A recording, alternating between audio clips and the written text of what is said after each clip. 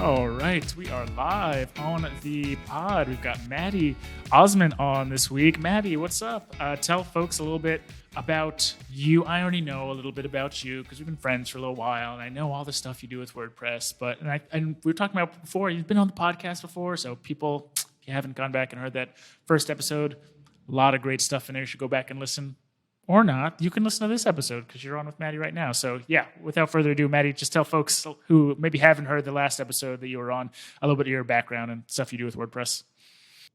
Totally. Yeah. So I run this company called the Blogsmith, and we create SEO content for B2B tech brands, which mostly live in the WordPress space. So you might recognize my byline on websites like WP Buffs. Kinsta is another favorite client of mine, and just like a lot of web hosts. That kind of tends to be my main clientele in the WordPress space. If you're ever looking for an answer to a WordPress problem, I've probably written about it. Yeah, totally. I'm on your website right now. It's just the-blogsmith.com, and I can tell. And I also own the non-dash domain too. Okay, so just theblogsmith.com. Okay, so either one of those works. People are going to check out your stuff, Maddy. I was just going to say, I'm on the website now, and I know that you practice what you preach because it has on the landing page here. It's like SEO content written and strategy for B2B technology brands. I can tell you do SEO content because your website, I can see you can see what the title tag is in the tab of your website, and it starts with SEO content. So clearly you want to be found for SEO content because that's what you do. So Definitely. You're doing it. You preach what you do what you preach, which is always refreshing. So cool. I mean, I'm always super stoked to talk about content and content marketing and all of that. Maybe we could start just around like content basics for people. If people want to get found online, if they want to write content that is, obviously the quality of the content is kind of a little bit up to the writer or the people they hire to help with the writing. But in terms of getting that content found using SEO, maybe using some other tactics, what's like the lowest hanging fruit for people? Where should they start?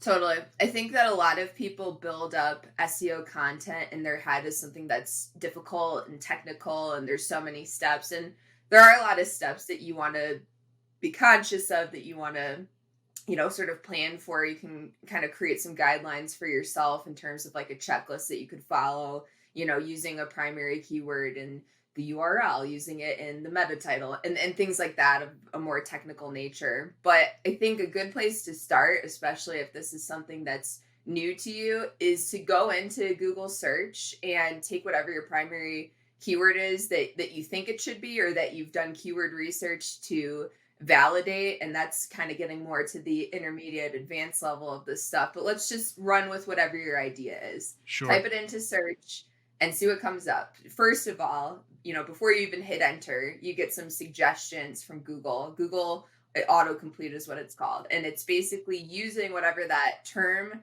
is and adding extra words onto it. And this data is based on what actual searchers are searching for. So, in that light, it's based on the things that they actually want to know, they want answers for. So then you can hit enter and get into those search results, and you're going to have two other places you can look for really great ideas in terms of how to flesh out your content, different sections to add or different questions to answer. So in about the top or the middle of the search results, you'll see a section called People Also Ask. And these tend to be phrased as questions. And it's interesting that they're phrased as questions, because another way that you could potentially rank in search is by answering questions and getting what's called the featured snippet, which is like that top box that you see on some search results that highlights like a certain answer. Position 0 is what some people would call it, right? Correct. Yeah. So people call it position 0 because it ranks at the top of organic search. Sometimes it's under ads. So it's not position 0 as in it's the first thing that you would see, but it's the first organic result you would see. And that's 0, that's right. Invaluable. And so people also ask, is a good place to look for those questions that you could answer to potentially rank in that spot, and just to make sure that your content is answering the questions that people, actually have about the topic. The last thing that I would Right. say in terms of low hanging fruit is on that same page. If you go to the very bottom, there's a section called searches related to whatever that keyword term is that you input. And these are things that may not use the same words like you would see in autocomplete, but they use related words and related terms. And so those are good ideas for either related topics that you could write about separately, or that you could write about again within that same piece of content. So you don't need, $100 a month SEO tool to be able to create great content. I mean, I would still say you need some sort of tool for keyword research, and that's another topic. But in order to validate your ideas and create great content, you can definitely use what's available to you, even within Google search.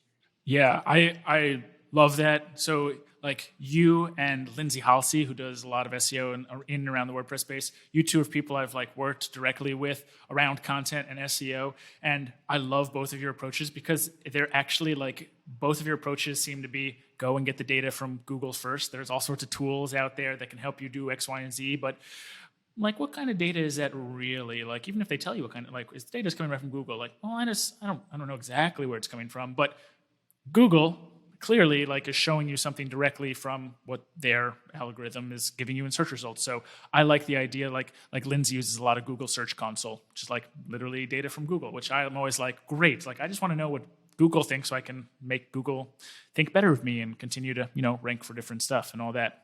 So I like the idea of the checking out the autocomplete for searches.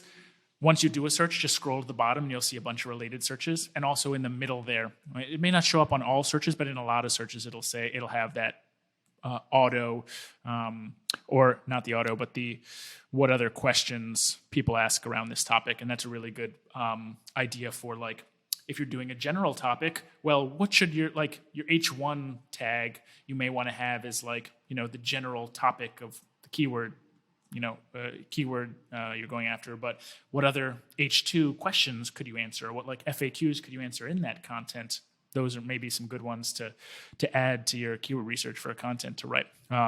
Yeah, also interesting to hear about the like position zero stuff you were talking about, because I think a lot of trying to rank in position zero seems to be like I've seen a lot of search results where the position zero result that Google Auto gives you is not the first organic search. In a lot of cases, it's not. In some cases, I've seen content that's not even on the first page, ranking on the first page auto-completed, which I think is like totally crazy. It's like you rank number 30 for a keyword, but still you're technically ranking 1 because you get pulled into this first result. And a lot of that seems to be from like the organization of your content. Like how did you have the right on-page tags, like schema markup and or H1 like nested content. So like H2s all go under H1s, H3s all go under H2s. Like having all that really easy for Google to read and understand makes Google think it's well organized, and I think helps get an auto answers like that. I don't know if you've been involved in more pure SEO stuff like that, or if you've run across anything like that, but that's a topic I'm always like, how do we do better there? Because we want to, it's a pretty easy way to rank first is just to rank in position 0, but it's not always easy. You got to figure out how do you get Google to answer that question for you? So I don't know if you have any other thoughts on that. Yeah, there's definitely a lot to think about in terms of how to format your page in a way that's going to be helpful to Google and that's going to get your content indexed, especially in terms of these different features. And you brought up one thing, which was schema, and then another thing, which is FAQs. And so that's been an interesting, sort of newer way to rank and search and to mark up your content accordingly in a way that it's sort of helpful in signaling to Google that you have the answers to people's questions, and you can implement FAQ schema using tools like I think Yoast has a feature on their plugin where you can set like questions and answers and mark them up as FAQ schema. And so that's just one thing to keep in mind as sort of extra thing that you can do to make your content better and make your content more indexable to Google. Another thing you brought up are things about, what should you put in headings in order to come up both for snippets, and just for other Google search features. And so kind of getting more into like the tools side of things now, I've been using this tool called ClearScope, which I love. Have you heard of it, Joe? No, I've not heard of this, but I love hearing about new tools. So tell me about it.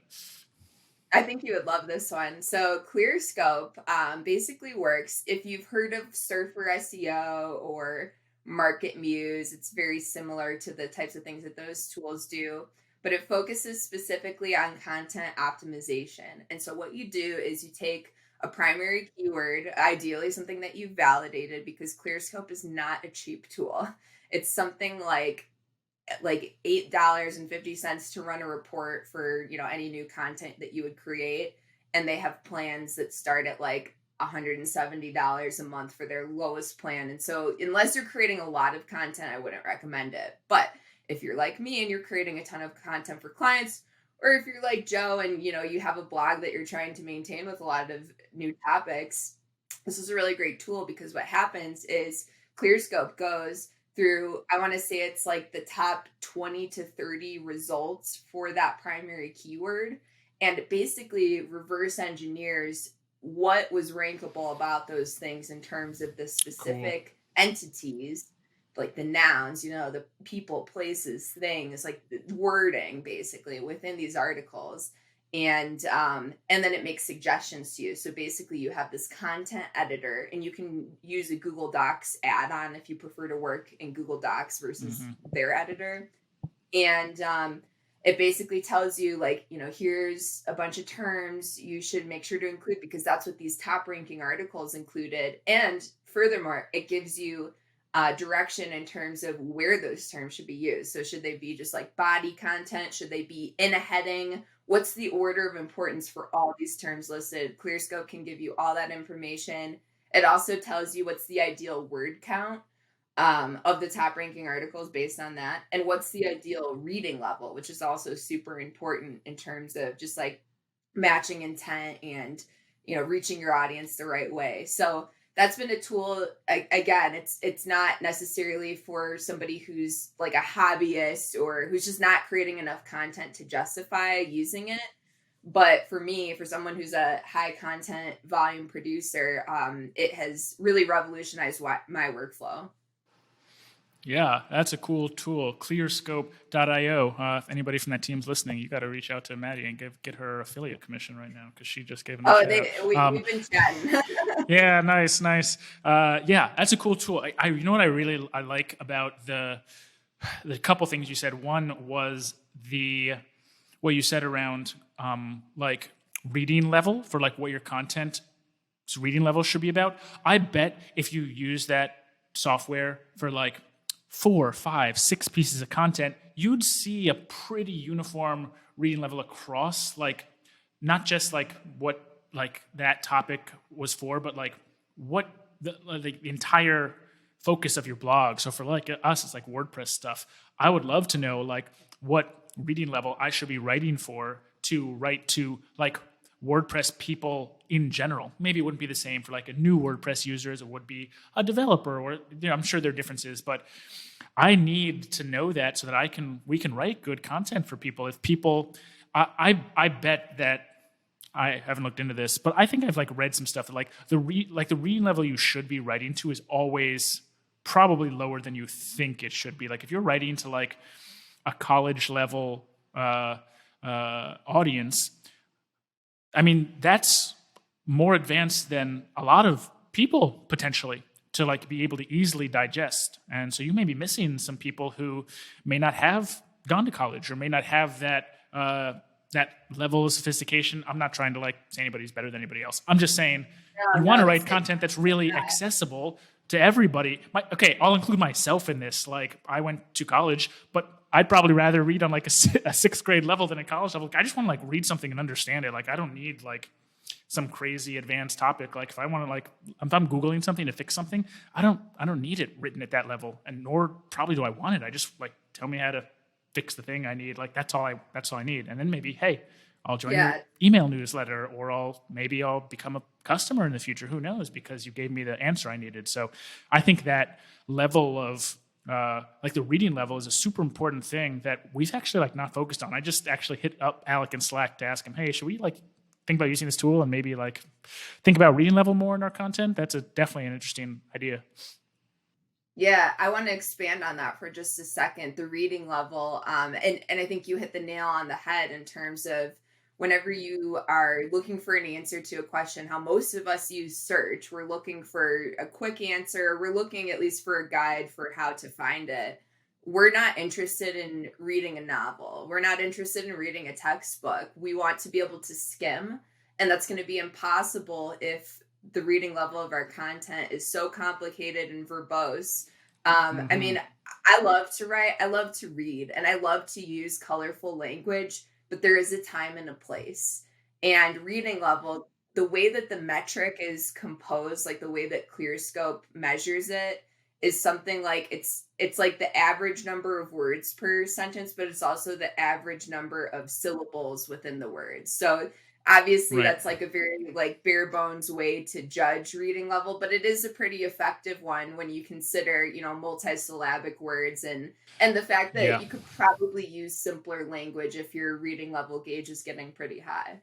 Yeah, I'd agree with that. I think when I think about things like a short tail SEO keyword versus a long term SEO keyword, really all I'm thinking about is like how many words are in that keyword phrase. So if you're looking for like Nike shoes, that's 2. So that's pretty short tail. Like it's going to be hard to rank for that, I think, because Nike is probably going to rank for that. But if you do a search, if you're trying to rank for Nike high top, is high top one word? I think it's one word. Nike high top, yellow and black basketball shoes in DC. That's like 9 words long. So that's a much longer tail. Obviously, has probably less volume, but it's a more targeted keyword. Someone who's looking for that, like probably looking like, hey, I want to buy like that specific shoe. And if they land on your e-commerce store selling something like that, hey, who knows? Nike may not be happy if you're selling knockoff Nikes. This is just an example. If the longer tail keyword has better intent as well. So I'm with that. Another thing I wanted to touch on, which you mentioned that tool provides, is like an optimal word count for a certain piece of content. And you were just talking about like people are looking for an answer. They don't want a novel. They just want their answer. But there's also this balance you have to find of, hey, if the top piece of content is like 1,000 words, well, how do you do better than that piece of content? Obviously, if you write a piece that's half as long but twice as good, that's great. But there's also like Google does just like see how many words are on a page, and you can probably dictate, at least to some degree. Maybe it's not correlation, but there's causation that a longer piece of content is going to be, I don't know, better informed, is going to be more in depth. So if someone's writing a 1,000-word article, maybe you want to write a 1,500-word article. But I've also had people give me feedback on that, like, that's bullshit, Joe. Like, you don't need to do that. Just write a good piece of content, and it'll outrank. So I don't know exactly the right answer to that. Like, I look up recipes all the time when I'm cooking something, and the thing that bugs me so much about when I look up a recipe is I'll like Google something, it'll come up, be like, great, I just need to know, I just like want the recipe. And there's like 2,000 words before the content. It's like, here are some other recipes you might like. Like, here's the history of like this soup. And I'm like, I just need to know like what ingredients I need to mix in this thing. And then I have to scroll on my mobile phone like all the way down. Anyway, I'm sure other people have encountered this as well. So I want to know your thoughts as someone who writes a lot of content that's SEO specific. You're trying to outrank other content. How do you guys deal with word count, and like how do you dictate how important it is in certain contexts? Sure. Well, first of all, I want to give you a hack for the recipe situation, which is I just go to the Yes, print please. recipe button and just get rid of everything else. And then I just keep that page open the whole time. Number 1 tip we've ever had on the podcast in 100 plus episodes. Just hit the print recipe button. You get the recipe right there. I'm actually going to use that. So thank you. I've been using that a lot lately, so it's very Nice. top of mind for me. And I do feel for the people who run recipe sites who are trying to, follow whatever they think the best practice is. And much Yeah. respect to the people who also give us the jump to recipe button, because that's also quite invaluable. Yes, you can In write all the finding content. that, Just give me a little button. Just go to the thing you need. right. That's fine with me. Yeah, you can still have your content and maybe I'll read it.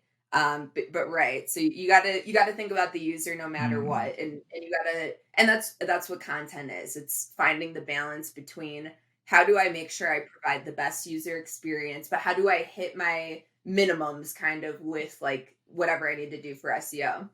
So my thought in terms of how to correlate SEO best practices with content length is if a piece goes longer, that extra word count can be used to address like those extra semantic keywords that I want to make sure to include. Mm. So that's the correlation. It's not that longer content is better. It's just more opportunities to fit in your keyword, your related keywords, answer those questions from people also ask, maybe cover some topics from searches related to stuff like that. So that's the only correlation. Okay. There's no other correlation between, content length and content quality. Okay. So if I'm writing a piece of content, I just want to make sure I understand exactly what you said.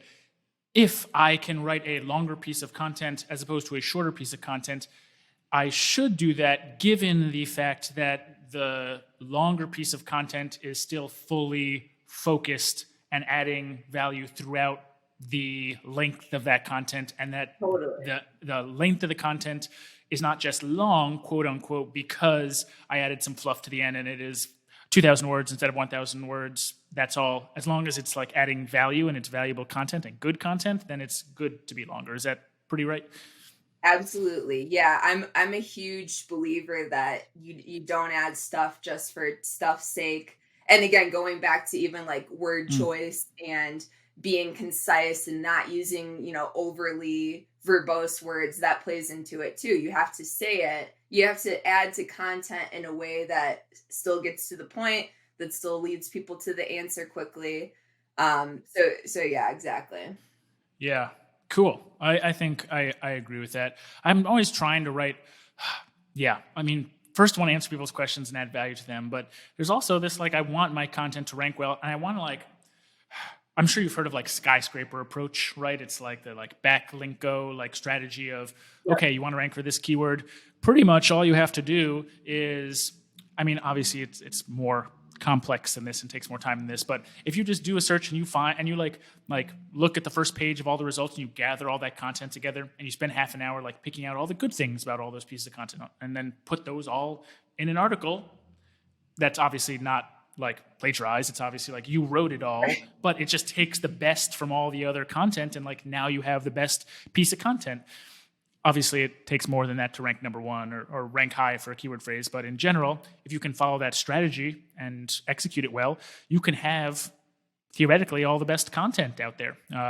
And so I don't know if this is, I feel like part of the back of my brain is telling me like, this is a strategy that you heard about like 7 or 8 years ago. And maybe it's not exactly the same anymore. So maybe I need to get updated on my SEO stuff, but just around like competitor analysis and writing content that is the best content out there. Is that something that you and your team focus on? Are you just starting from a fresh palette like, hey, we want to just do what we want to do and write the best content? Or are you looking at all the other content already ranking and saying like, oh, this is good, we should include that. Oh, this was like not good. Like if we don't include that, it'll probably actually make our content better. I don't know if you use competitor analysis around content as like a way to be able to write great content. Yeah, I think if your goal is SEO and ranking in relevant search, then you have to compare your content to competitor content and make sure that, you're covering all the things that people sort of expect to see in that piece. Trying, of course, to be better than it and to add more value. And I think that something that you made me think about while you were talking is just the idea that a lot of stuff has been done to death. Like there's just so many different variations of content on the web, and so you want to be thinking about what can I do to add sort of like an original opinion or to add original content to the way that you're going to cover that topic. And so just to give a couple ideas, it's things like, considering doing like an expert roundup where you're asking questions to like a targeted group of people who could submit their answers. And there's definitely like an art and a science to doing it well, but not just regurgitating what those experts say, but formatting your article in a way that weaves in those perspectives to whatever like the other points you were trying to make are. And so complementing whatever research that you can get done on your own with original extra stuff that you could get from other people who are experts. Another thing you could do is like if you're working with a client, or if you're a content marketer on a team in-house or something like that, is to hold interviews with subject matter experts on your team, on the client's team. And I think it's useful to just say like, I'm limited in the knowledge that I have in my head. And, like me personally, it's like I focus a lot on content writing and SEO best practices and stuff like that. But then when it gets like deeper into other topics, I just don't really have the mental capacity to commit that to memory. And so it's stuff like, realizing that you're not the only one who has knowledge, and that you might be surrounded by some people who have really cool things to say and share, and maybe they're not even used to being asked their opinion, but if you do that, then you can create some really awesome original content with the right questions. Yeah, I think that is totally right. I like the idea of really trying to be unique around the content you're writing.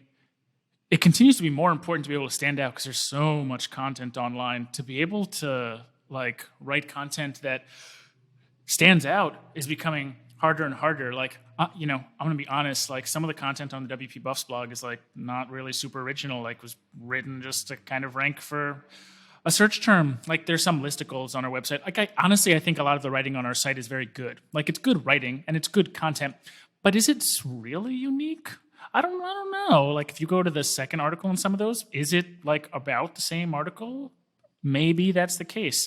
We just hired a head of content. So one of her projects when she gets started is to come up with some really good ideas about how to continue to differentiate us and like how do we evolve the listicle, Because I don't think we've done anything bad. We're adding value to people, we're giving them all the options out there, but like how can we evolve it? How can we make it better? And so I like that idea of coming up with content and maybe some different content formats that people haven't seen before. And I think another like reason why that's valuable is if you're competing in SEO to try and rank well in Google, like you're not always going to be the first search result, right? You're just like especially if you scale, right? It's like if you have 100 pieces of content, then not all 100 is going to be like ranking number one. So it's important if someone comes to your blog and reads your blog, if they think like, okay, schmeh, like, or whatever, that was fine. If they do another Google search in a month and they see your website ranked number one and someone else ranked number two for a different search term, maybe they'll just go to click the second one because they remember, oh, that site gave me an okay blog post, but it wasn't that great. That like affects your click-through rate and your other rankings. And so if you make your content really good, people click through, oh man, WPBuffs.com, that article had a video in it. It answered my question exactly how I needed to. Boom. You could maybe be ranking number 4 for another search term, and they see you below 3 other articles. They're like, I remember WP Buffs. I'm going to go back and read that article. That's like part of like, I think I don't know if I'd call it the forgotten piece, but like honestly, the piece I think a lot of people don't pay attention to in search is like that user experience part. Because if you give people a good user experience, they're going to come back to you. They're going to remember your name.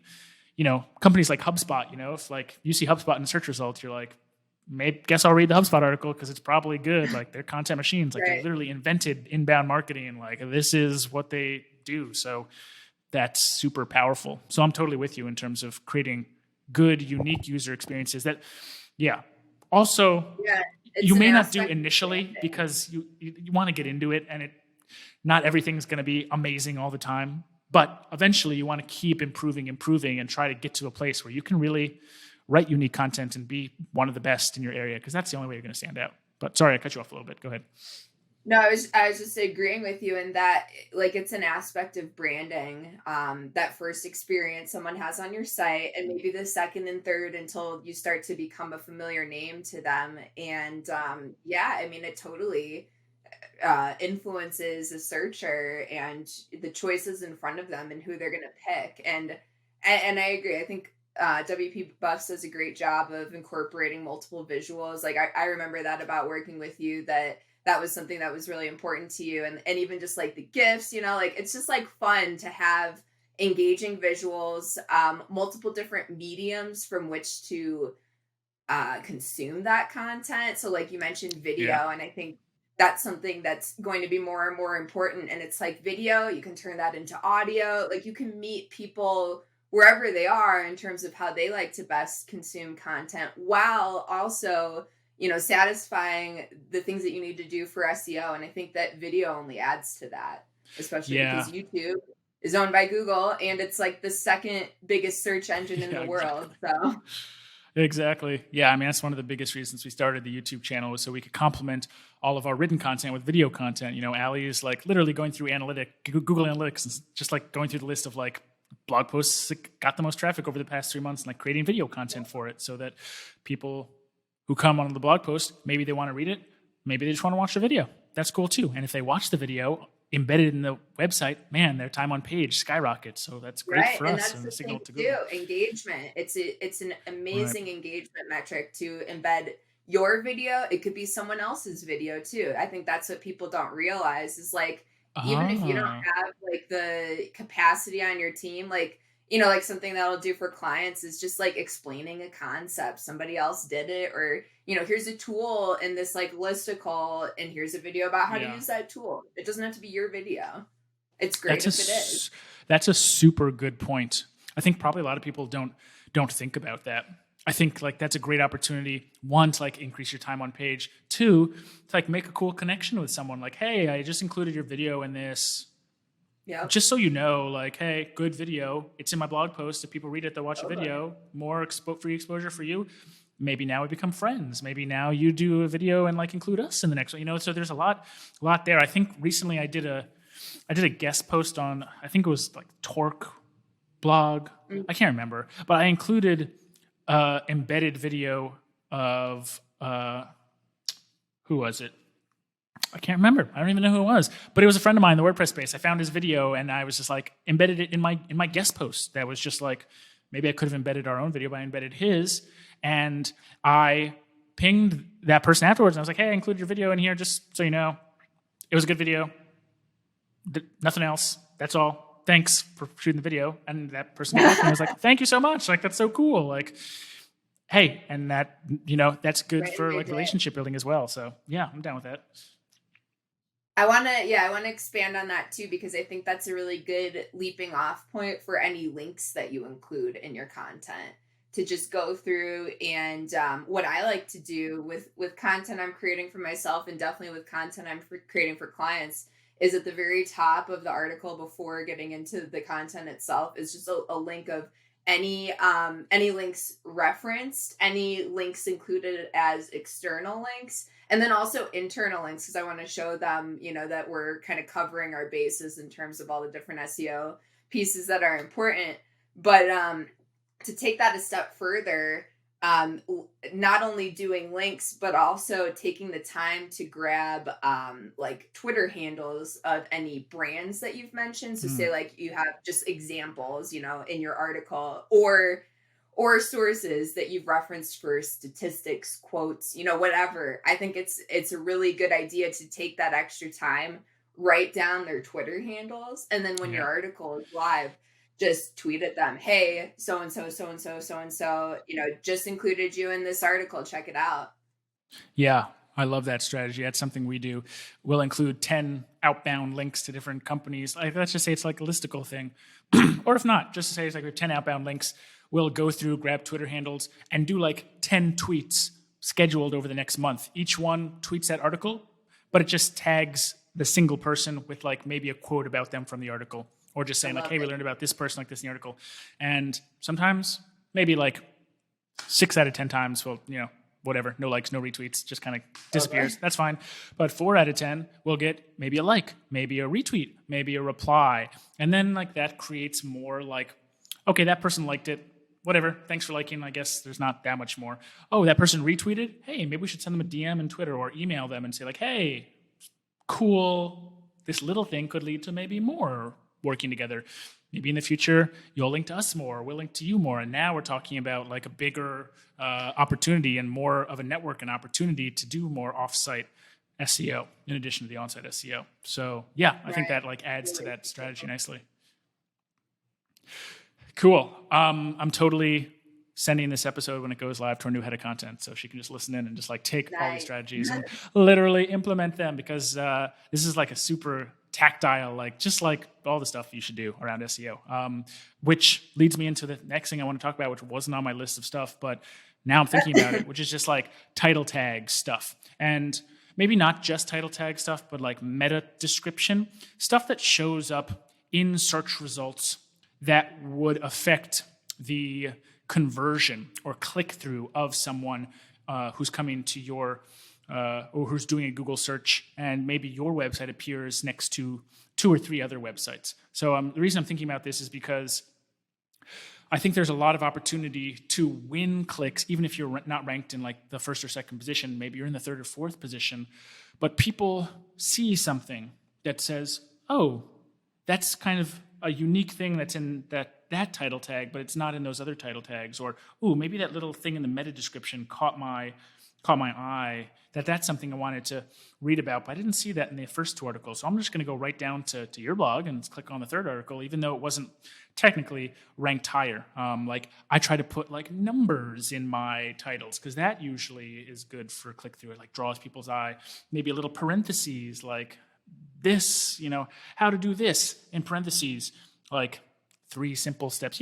There's a lot of like parentheses. There's a lot of data showing that like adding little like hints at the end or little parentheses or something helps improve click-through, or like parentheses, video included, something like that to draw people's towards wanting to click your article more than other people. So like as content folks, how do you make titles? And honestly, like maybe do a little bit of experimentation with titles to see like what works and what doesn't work. Obviously, there's some best practices out there. People can go look out 30 best practices for how to create a good title tag. But I'd love to hear straight from you as someone who like writes so much content, what title stuff seems to work for you and or your clients.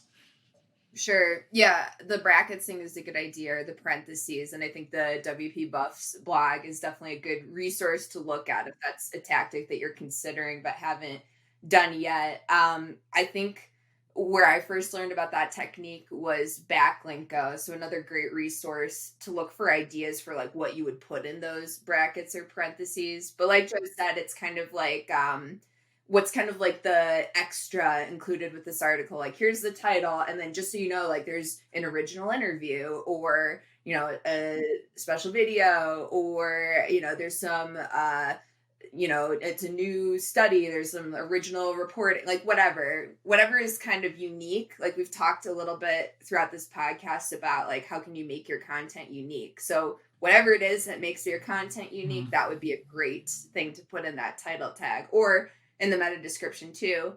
I think it's a good idea to use like heading analyzer tools. So like CoSchedule has a really good one.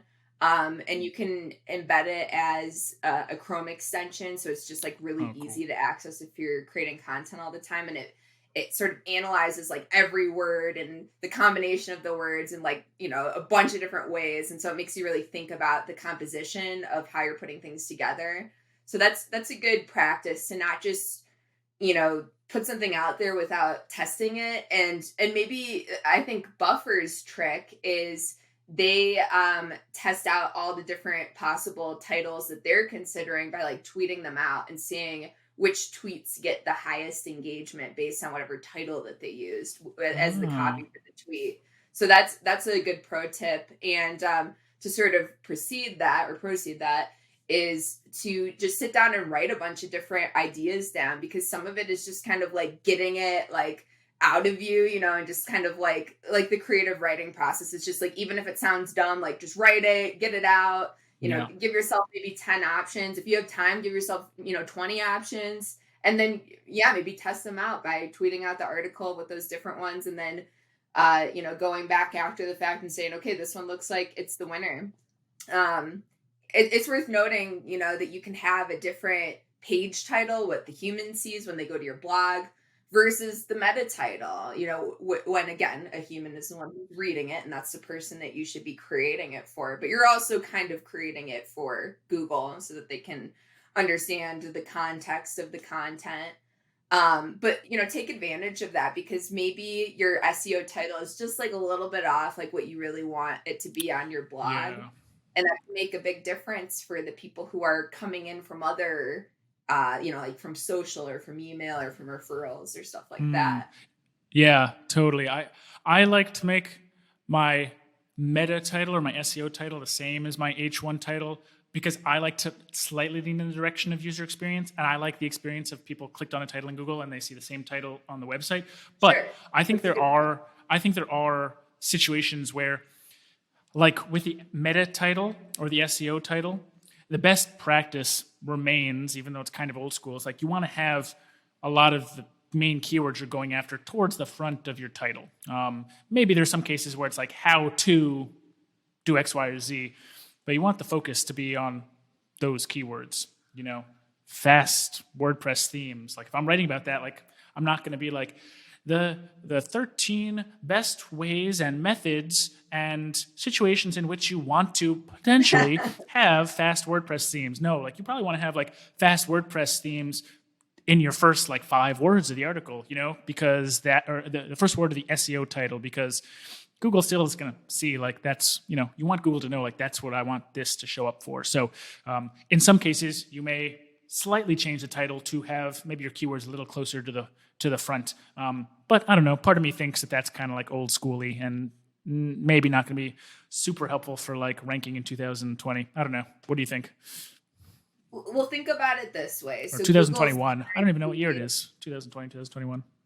Yeah, I can't keep track anymore. They're all the same. But yeah, I mean, Google's currency is speed, right? Because they're trying to quickly show you the best search results, and so as a result of that, you want your page to load quickly and get to with these new core web vitals metrics, they want your page to be like quickly interactive and showing whatever it is that the person went there for. And I think the same can be said with the way that you compose your meta titles. You want to quickly, tell Google what is, again, the context of your content. And so, yes, by using your keywords early on, I think it is old school SEO, but in that it doesn't really change, right? I mean, people have said, SEOs have said, maybe even Google has said, it's not as important to put the keywords in the meta title and the meta description anymore. But like, I don't believe that. I still do it. Yeah, I like from a click-through perspective, because if you have the keyword, pretty much focus keyword in the meta description, I believe Google still like bolds it. It's a very slight little thing, but I think it still like shows up as bold in the meta description that shows in Google. So, it's a tiny thing, but it is a little advantage. It could catch someone's eye, and maybe 1 in 20 times it'll catch someone's eye. But hey, if those 1 in 20 times it gives you another click, then that's excellent. So cool. Maddy, this has been like a super excellent episode. One of the best we've done, I think. I don't mean anything for the other people who've been on the show. But this is like a super tactile and super like strategy driven. Like people could come in and like have like a list of like all the most important stuff they should do around content and SEO. So let's wrap up ish now. Why don't you tell folks where they can like find you online, website, social media, all that stuff? Totally. So you can check out my website, theblogsmith.com, and like Joe was saying earlier in this episode, I've been trying to practice what I preach. I haven't blogged on my website in like a year, but the last 3 weeks I have blogged consistently, and I'm trying to keep that up. So yes, check it out, see the latest posts, and you can always hit me up on Twitter. I'm just at Maddy Osman, my name. And I love to talk about this stuff. So if you have any questions that you're struggling with, please hit me up. Excellent. Love it. Last few articles on the blog, I'm checking out how to conduct a kick-ass content interview for SEO content clients. That sounds like a good one. How I quit my 9-to-5, started a freelance business, and turned it into a marketing agency. People can learn more about your story. We kind of just went straight into the tactile SEO stuff, and people didn't get to hear too much of your background. But hey, people should go to theblogsmith.com and check out the blog post about it if they want to learn more about you personally, Maddy. Cool. Last thing I always ask our guests to do on the show is to ask our listeners for a little iTunes review. So if you wouldn't mind asking the listeners, I'd appreciate that.